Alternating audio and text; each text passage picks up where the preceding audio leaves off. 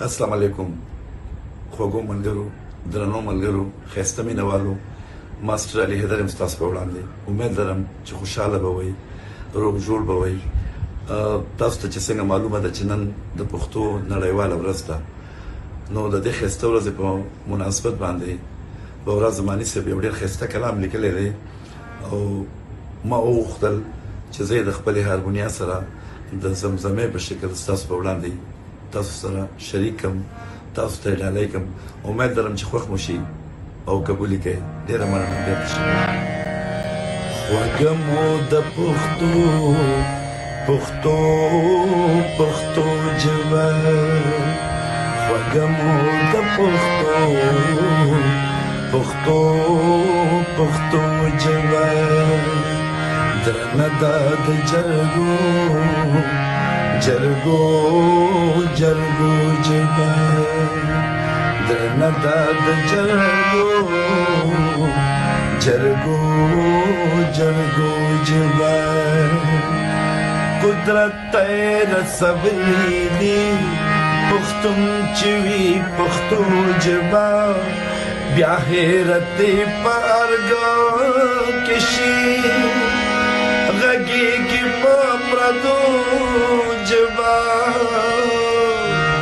بیا حیرت په ارګ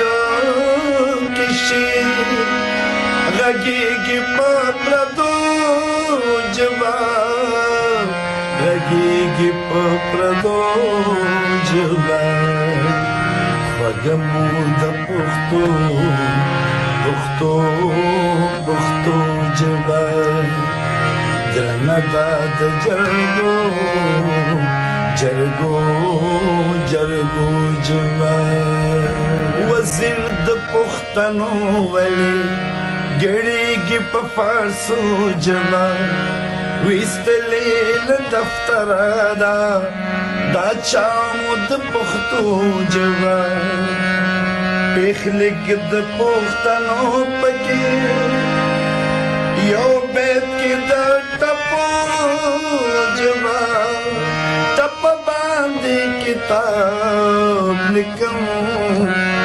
لرغونې تاریخو ژبه ټپ باندې کتاب لیکم لرغونې تاریخو ژبه خوږه مو د پښتو ژبه درنه ده د جرګو ژبه ساتلې له مودونه ده د میندو او پلرو ژبه پښتون چې پې پښتون کړي محکومه د پښتو ژبه په خاوره پښتنه باندې حاکمه د پردو ژبه په خاوره پښتنه باندې حاکمه د پردو ژبه دوره کچرې واک د شي واکمنه د پښتو ژبه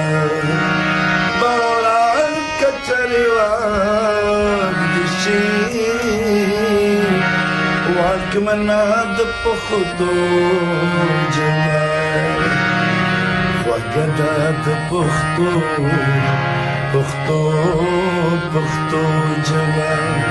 درنه ده د جرګو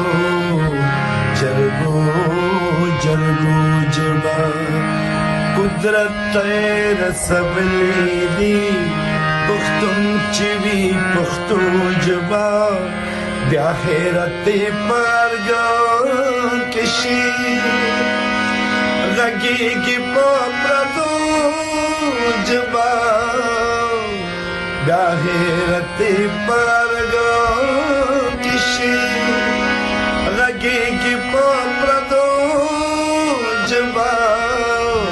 غږیږي په پردو ژبه خوږه مو د پښتو ژبه درنه ده د جرګو